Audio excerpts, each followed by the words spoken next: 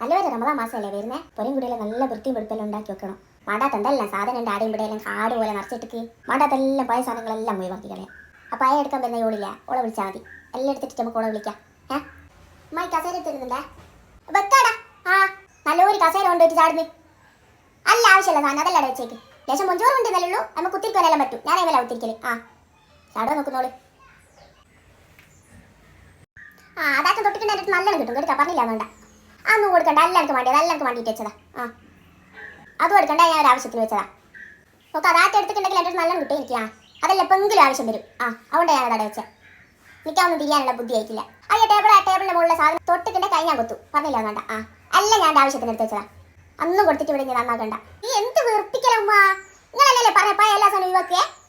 എനിക്ക് എല്ലാം എടുക്കാൻ നോക്കുമ്പോൾ അവിടെ തുടറി ഇവിടെ തുടറി അത് വേണോ ഇത് വേണോ ഇതാ ഒരു ഉപകാരം ഇല്ലാത്ത സാധനങ്ങളല്ലേ നിങ്ങൾക്ക് ഇതെന്തിനാ? ഏത് നൂറ്റാണ്ടിലുള്ള സാധനം ഉമ്മ ഇതല്ലോ. ഇതെല്ലാം എടുത്ത് കളഞ്ഞൂടെ? ഇതെല്ലാം ഇവിടെ പോയാൽ തന്നെ ഒരു സ്ഥലം ഉണ്ടാവും. ഒരു ഉപകാരം ഇല്ലെങ്കിൽ അതടന്നോട്ടെ.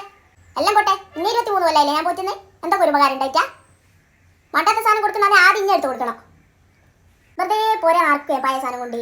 പഴയ സാധനം ഒന്നും കണ്ണി പിടിക്കുന്നില്ലേ? ഇവിടുത്തെ പഴയ സാധനം കൊടുക്കുന്നതാണ് ഇതിൻ്റെ പുരയിൽ ഏറ്റവും പഴയ ഞാനാ. എന്നാൽ പിന്നെ എന്നെ എല്ലാവരും കൂടി അങ്ങ് കൊടുത്താളാ.